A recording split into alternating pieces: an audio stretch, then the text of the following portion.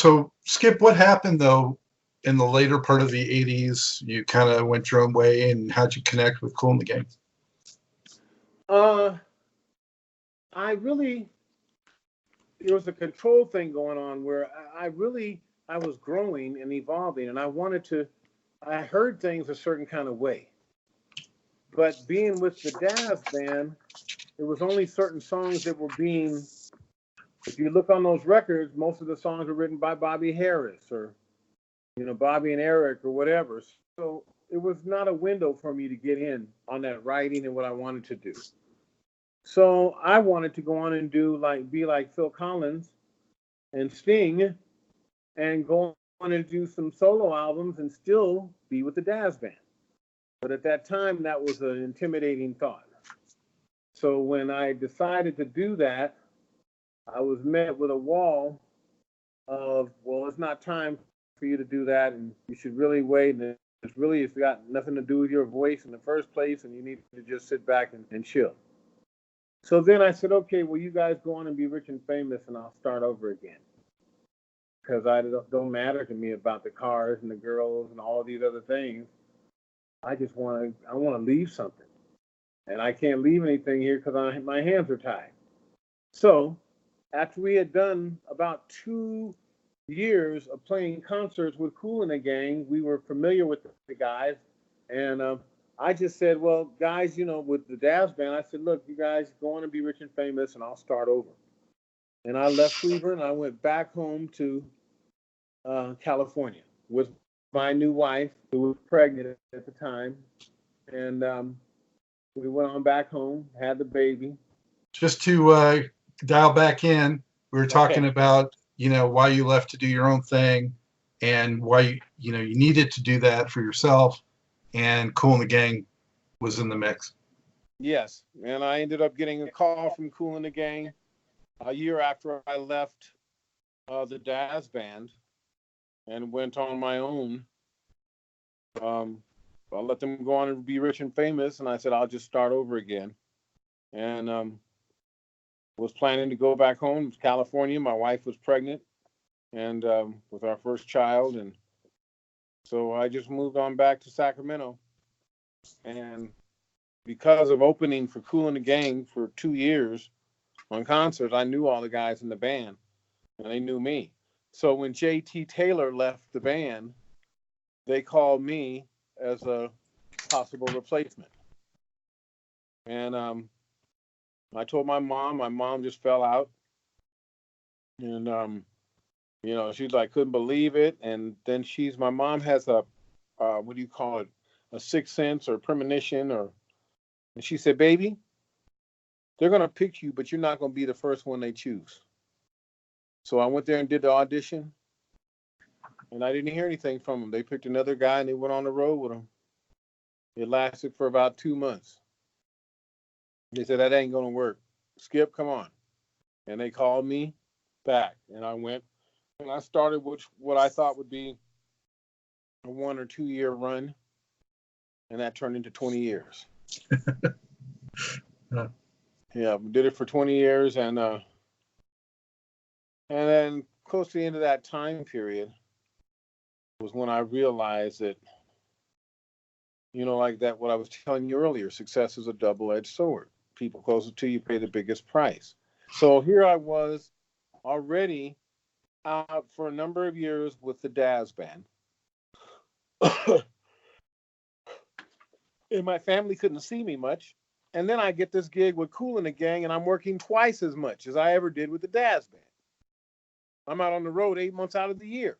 Before we had cell phones and WhatsApp and FaceTime and all of that stuff, it cost me $600 to call home for 3 minutes.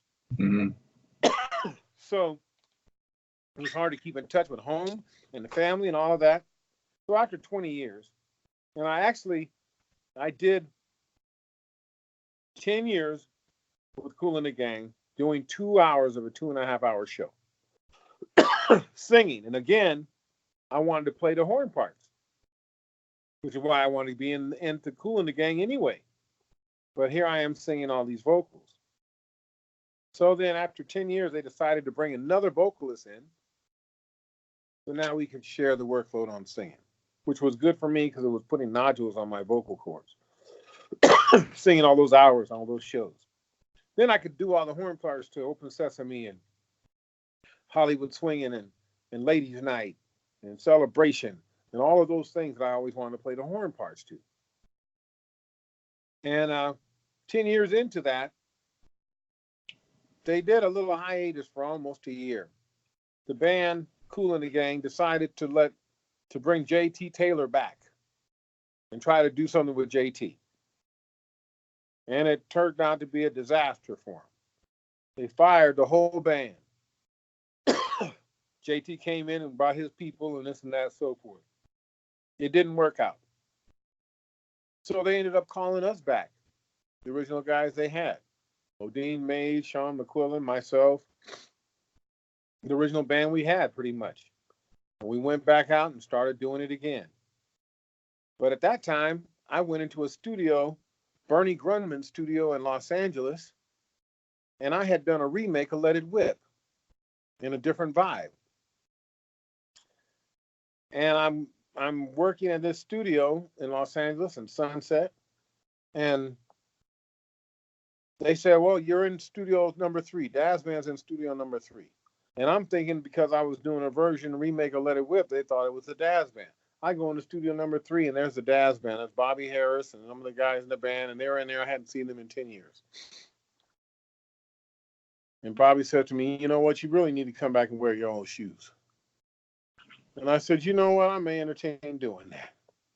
So when Kool the Gang called me back about 3 or 4 months later, I said, they said, you want your old job back? You want to come back and sing with us?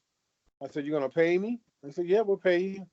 I said, well, yeah, I'd love to do it. However, I'm also playing with the Dazz Band again now. So can you work with me on that? They said, yeah, we got another guy that's singing here. So, we'll let you do your thing. So for 10 of those 20 years, I did both Dazz Band and Kool the Gang simultaneously. Mm-hmm. And one of the biggest coup de grace in my life, Scott, was I was playing a New Year's Eve show. I think it was 2000 or 2001. And I was playing in Las Vegas on Fremont Street, outdoors, New Year's Eve, with the Dazz Band opening for Kool the Gang. And I was singing lead for both bands. And I sang the whole show with the Dazz Band. Then I tippy-toed into the dressing room of Kool the Gang. Because I knew they were going to be hating on me. And when I got in there, one of the guys, they pulled me aside. They said, look, now you just sang the whole show with the Dazz Band. We can't let you come and sing the whole show with us as well. So why don't you just play the trumpet and do your trumpet parts and this and that and let Sean sing tonight. I said, okay, cool. Same money? They said, same money. I said, all right. Okay. And I'll do that. And it was a blessing to do it. But this was one of those bittersweet moments. Because it was a bittersweet moment, a double-edged sword. Because it was one of those finest hours. And I just wanted people that I knew and I loved to see that moment that was happening for me. My mom wasn't there. My sister wasn't there. My wife wasn't there. My ex-wife wasn't there. My kids weren't there. All of these things, I wanted to see this moment. But what I did was I just cherished it and I added to stories that I tell in life. Because the sweetest things that you could ever experience in life, somewhere in there's got to be some kind of a bitter lining to it. Because that's the yin and yang of everything. That's just what life is. There is no sweetness without bitter. How would you know the difference? Mm-hmm. So it's a blessing to have had this kind of a journey in my life. So that whatever happens to me, I'm going to always be level with it because I know to appreciate and accept and expect the bitter and the sweet. You got to look at it half full, baby. Yeah, that's what I tell my son all the time. He's 14. Mm-hmm. Yeah. What was it like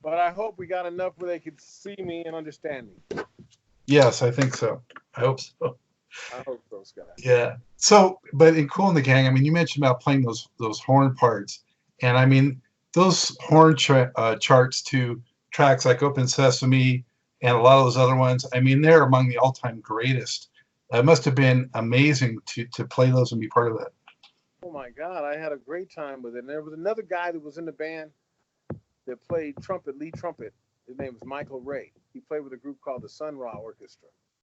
And he was always on the outside. It takes all kinds of viewpoints to make a rainbow, you know. And that's kind of what we had with Kool and the Gang. Everybody had little bit different inputs and viewpoints.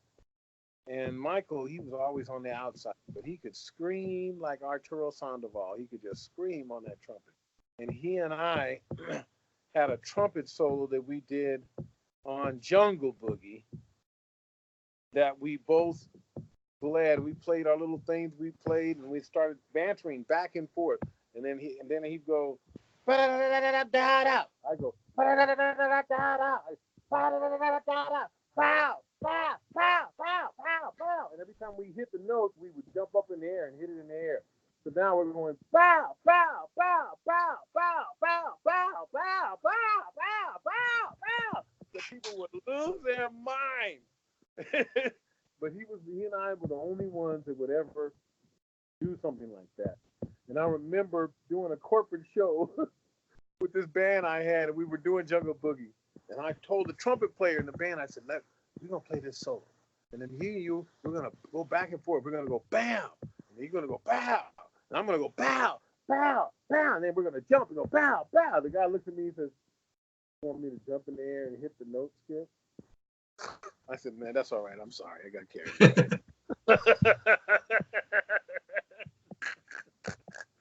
Oh, gosh. Never will forget that. So, but in the mid '80s, you put out your first solo record too, right? I put out my first one. Yeah, I believe so. When I was with, I put my first solo record out when I was with Dazz Band. Yeah, that was the very first. It was a single, wasn't the whole album, and "Just a Heartbeat Away" was the name of the song. And then later on, I started doing my own albums. And Michael Cooper from Confunction was instrumental in helping me doing my first smooth jazz CD. And it was called Miles High. And he heard me playing trumpet, and we're playing this thing called United We Funk All Stars with the Dazz Band, Confunction, SOS Band, Barcades, and Charlie Wilson. We played as one band called United We Funk All Stars. That's when I really got a chance to know Michael and all the guys from the Barcades, Larry Dotson, and all these cats. And I was sitting there practicing one day on my trumpet as we're working on this stuff and learning how to play "Oops Upside Your Head," "Oops Upside Your Head," and Charlie Wilson stuff from Gap Band. And Michael Cooper and Larry Dotson came over to me while I was practicing. Michael said, "Skip, did you ever think about doing a trumpet CD?" And I was like, "Nah, I never really thought about it." So you ought to think about it. So my very first trumpet CD, instrumental, I had Wayman Tisdale on it, Ricky Lawson, Al McKay, Raymond Calhoun from the Gap Band, Ronnie Laws. I had all these great players on it. And Michael Cooper financed my first song to get me started on my first smooth jazz CD, playing my trumpet. So I have him to thank for that. Then, wow, what great players too. The guy that's sitting right here next to me now helped me create one of my masterpiece albums called Formal Dining. And out of the love of his heart and our time, he didn't charge me a dime. We sat in there and we worked our butts off for a month or so. Working our tell butt. anybody that.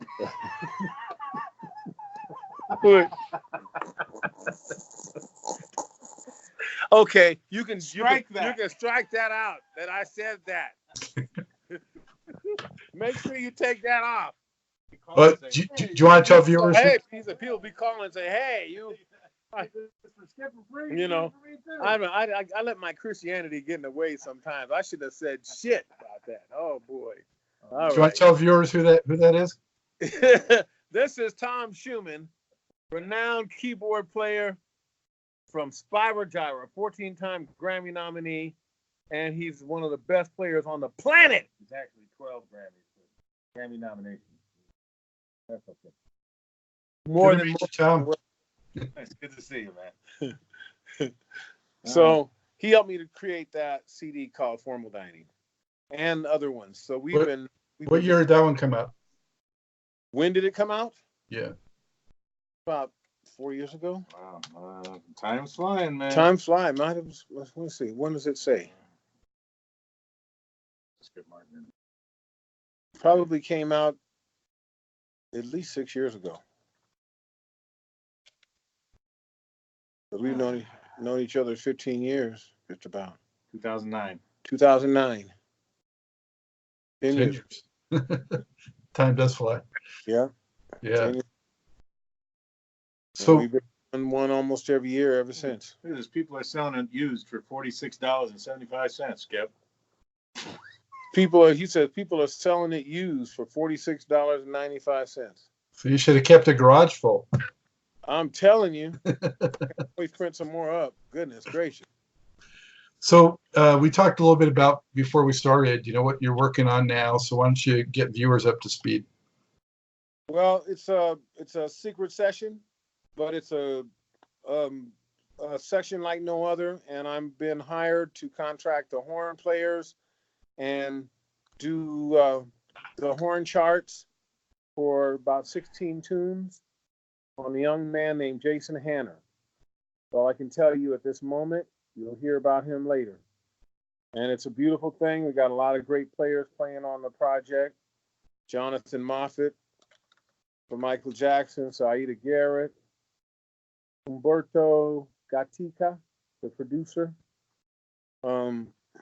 Nathan East on bass, Al McKay playing guitar, myself doing the horns with a bunch of other guys, Bobby Harris on sax, Ron Moton from Confunction, Raouf Abdul from SOS Band on trumpet, and a guy named Nathan Tannoy on trombone from Celine Dion's band out here in Las Vegas. Wow. That's quite an orchestra. Yeah, it's great. How long before we might be able to hear some of that? Probably sometime in September, October. We're in the production of it now. And it may probably take longer than if it was just me and a couple of guys, because everybody's working and out doing other things. So scheduling is kind of hard sometimes to get us all at the same time together. But I'm looking at the end of September, October. And you're still touring and doing shows with the Dazz Band? Yes, still doing shows with the Dazz Band. I'm starting to do book tours now and gospel church tour, because I released 2 books. Well, I released one just recently called Fables of a Paid Piper, and that first story I told you about the weed on the top of the car was the story called In Plain Sight, off of my new audiobook. So that can be purchased. You can go to online, and you can go to Audible, you can go to Amazon, you can go to YouTube and check me out, because we start our program for advertisement on it, and it'll be available online very soon. What inspired you to go off in that kind of direction? I'm just creative, and I had some moments in my life that had life lessons for me, and something came up, and I would tell people the stories, and I said, you know what, this is what I'm going to do. I'm just going to put this out and make a story. And I wrote the story, but I relied on other people to help me to publish it and administrate it, because I wasn't as good as administration and everything. And then I decided, after 3 years of sitting on it, almost 4 years of sitting on it, I'm like, shoot, I'm going to do what I know how to do and get it done. And that is, I know how to make a record. So what I did was I made the record with Tom Schumann as my producer, like a stand-up comedy. I recorded, I took behind the mic and I told 10 stories, all that had morals to them. Like I tell stories, would make you laugh and make you cry. And then I put a banquet track underneath it. And then I took a stand-up comedian and had him do his thing. And I took his jokes out and I recorded the responses to his jokes and inserted those into my stories. And then I put 10 hooks of 10 of my songs that I had written in between each story to separate each story, thus creating the audiobook Fables of a Paid Piper, Volume 1 audiobook. And my brother painted the cover of the picture, cover of the album or the book. So that got me on that one. And then I also had written another book, which was a children's book, a totally different direction. And that will be out at the end of September as well. It's called Morgan the Clydesdale Pony. It's for 6 and under. Kids that are learning how to read. And yeah, I had a crazy idea. Crazy ideas are what end up being things that last forever. And I was playing the Kentucky Derby for a solo gig. And it was raining in Kentucky, Louisville that day. And the water, the Red River was overflowing. The Ohio River was overflowing out of its banks. Hotels that had parking lots underneath their hotels on the first floor were all flooded out. And I said, wow, wouldn't that be something if a Clydesdale wanted to run in the Kentucky Derby? And I went home and I stayed up for 3 days and wrote this story about Morgan, a Clydesdale pony that was bought by a breeder of the Kentucky Derby race horses and thoroughbreds and owned the track. And I said, wow. And I created a story of him believing in what he wanted to be. And even though the people in the barn, all his friends told him he was crazy and he was this and that and so forth, he grew up to be twice as big, twice as wide, twice as strong as the narrow hooved, sleek race horses that could run like the wind. But they couldn't run in the mud like he could. And when that rain came and they had mud all over, the thoroughbreds were slipping and sliding and falling, and Morgan could run right through that and run right past them on the Kentucky Derby. Only because the lead horse that the owner owned came up lame in his practice lap running in the mud. He fell and made all the other horses fall behind him and crashed. And he came up lame, so the jockey put Morgan in the race. The owner and the jockey. So it tells kids, lets them believe, lets them show. And I put a little song in it that goes, you can be anything, anything, anything. You can be anything if you believe. And that's the overall or the underall hook to the whole story. You can be anything if you believe it, even if you are just a Clydesdale pony. Do you have any grandkids that are in that age bracket? Yeah, I have a 4-year-old granddaughter. I can't wait to tell it to her and read it to her and all of that, because I did an audiobook where I'm telling the story that goes along with the book. So you can actually put that in and it'll play me telling the story with the words that are written on the book. And Nice. the picture. So then every 2 pages or every time there's a page change, it'll go ding, and that lets you know to change the page. And then it continues on. I got all the sound effects and they're off. And then horses running and all of this stuff. And the rain came down like buckets and thunder crashed. Boom. I've got all the sound effects and all the different voices. So Morgan is like, Morgan's a Kentucky. He was bought by a guy that lived in Kentucky. So he has that Kentucky accent. So Morgan is, hi, my name's Morgan, and I'm a Clydesdale. Yep. And I got other characters within the book. I've got Sasha, the cat, who's kind of sexy. She's like, yeah, how? You so crazy. Got a guy in there that's me. His name is Kool-Aid. Everything Kool-Aid says, Shabba Dua. No way. Then you have the cow, Millie the cow. got her personality, and she's like, you got to move faster than that. And I've got Oscar the Owl, who's very wise. He's like, who do you think you are? Did you get your brother to illustrate? On this one, no. I got a young lady named Gracie out of Texas, 14 years old, Scott. She illustrated the whole book, made me cry. I gave her the audio and everything and told her what I wanted, and she made it page by page, every description that I just said to you. She drew it in cartoon, and it's fantastic. It's just fantastic. Wow, who would have thunk? Man. Let me ask you two more questions, and then we'll wrap here. Thank you. One is, why, what does funk music mean to you in your life? You've done so much of it. What makes it special? What does it mean to you? Funk is a note with a space between it that makes the next note special. Funk is a note with a space between the next note that makes it special. And that's what it was not about playing all of these different things. It was about boom, boom, boom, boom.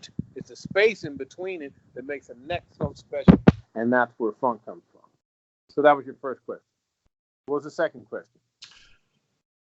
Looking back at all of it, musically speaking, what are you most proud of? I'm most proud of the man that I have become throughout all of this.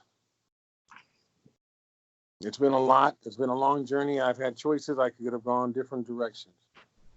And I have been no angel, and I have been no saint.